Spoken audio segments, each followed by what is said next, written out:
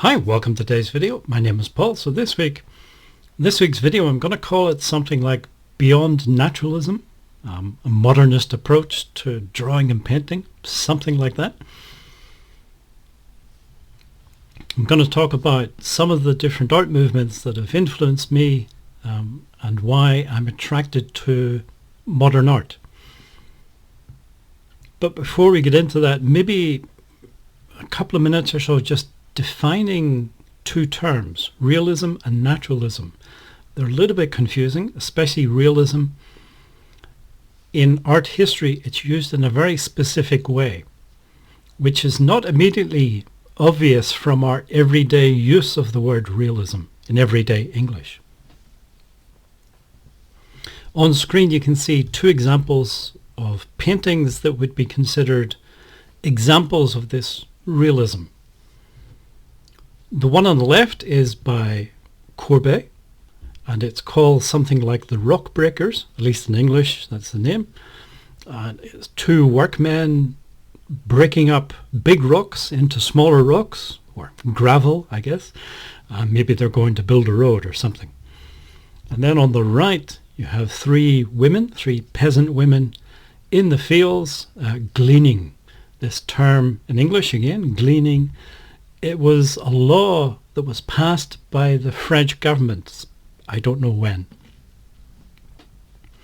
But it allowed the peasants, local peasants, to go onto private land after the harvest had been collected. The peasants didn't own this land, but they were allowed onto the land to pick up whatever they could find. Bits of wheat, bits of straw, whatever they could get their hands on. And the English term for this was gleaning. So in both cases, we have working men or peasant women doing everyday sort of activities. At least, there were everyday activities back in the 19th century. I guess in the 21st century, you wouldn't get many people breaking rocks this way, or people picking things up in a field like this. It would all kind of be done with machinery these days. But, in the 21st century, if you're going to do realism, it might be something like homeless people, or people living on welfare, people living in their car because they can't afford a house. That sort of thing. That's realism. So realism, as well as being an art style, an art movement, is also political. It's quite left-wing. And it was challenging the more conservative, more right-wing, established art style, which, that sort of classical style, that academic style, looked down on this art because the subject matter in their minds was not worthy of fine art. Fine art should be subjects like monarchy, aristocrats, generals, important politicians, cardinals and bishops and things like that, people like that, not peasants, not working men or something. So realism came along and it really challenged the establishment, the sort of conservative establishment. It was an art movement, but it was also a political thing as well. And it really had nothing to do with the art style as such. It was purely and simply to do with the subject matter.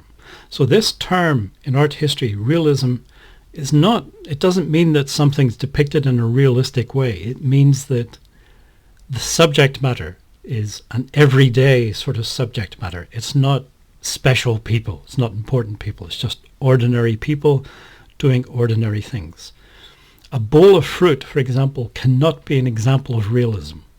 A bowl of fruit, realism has to be about ordinary people in their ordinary lives trying to deal with reality for them. It's not about bowls of fruit or flowers in a vase or anything like that. So I say people sometimes get this a little bit confused and they associate realistic style with the term realism, and they're not the same. Realism has a very special use within art history.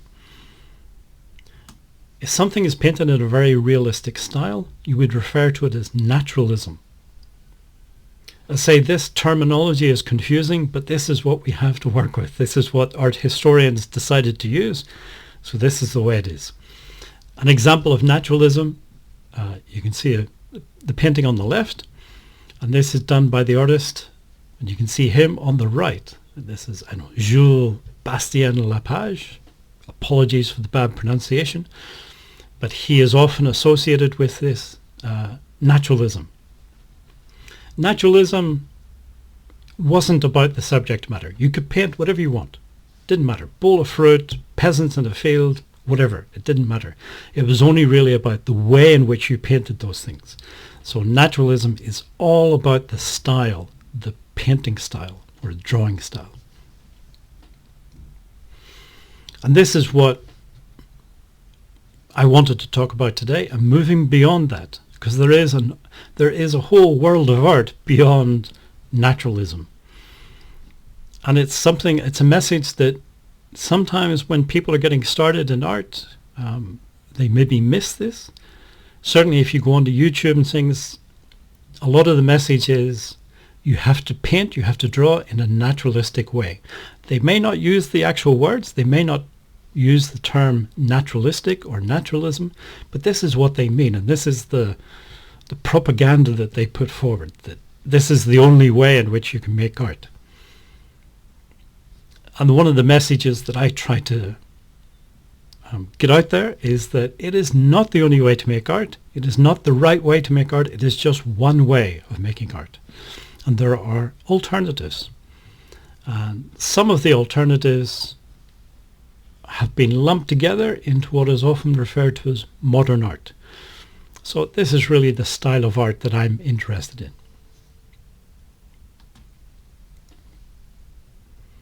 So naturalism, realism, a little bit confusing, but basically naturalism is the style in which something is painted. Realism is really about the subject matter, and the style is not that important. If you want, you can pause the video and read through the definitions here. There's a couple of more recent art movements, contemporary art movements, photorealism and hyperrealism. I don't want to get into those because that just confuses things even more. But yeah, realism is really not about the style of painting, it's more about the subject matter. Some of the modern art movements, if you like, the sort of art movements that influence my way of drawing and painting, they include things like Impressionism, Expressionism, Symbolism, Minimalism, Abstraction, and so on. Again, you can pause the video and read through these if you're interested. But again, I just wanted to point out that the naturalistic way of drawing and painting is just one of many, many different ways of approaching art. And there's no such thing as a right way and a wrong way of making art or drawing or painting. And don't be swayed by all of the, I'm going to call it propaganda that's on YouTube that tries to tell you otherwise. You can paint and draw and be influenced by any or all of these art styles, and there are many more as well within modern art.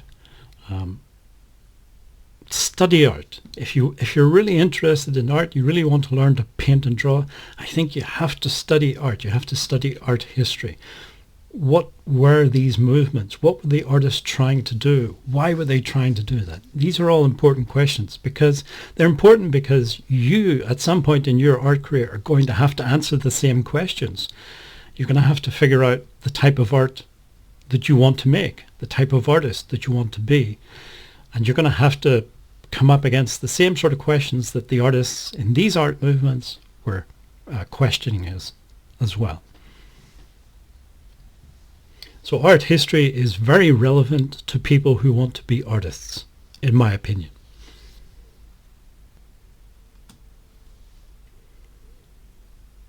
So just a couple of examples to finish off this video. You can see a couple of charcoal landscapes, sort of recent-ish charcoal landscapes. And I think you can see an influence of minimalism, abstraction, sort of stylization, a bit of romanticism in there as well. Some of the ways in which I approach drawing and painting landscapes, I don't use any references. So I'm not trying to reproduce any sort of photographs. It's memory and imagination. So these are not real landscapes as such. But on the other hand, they're not entirely fictional either. They're sort of based on memory.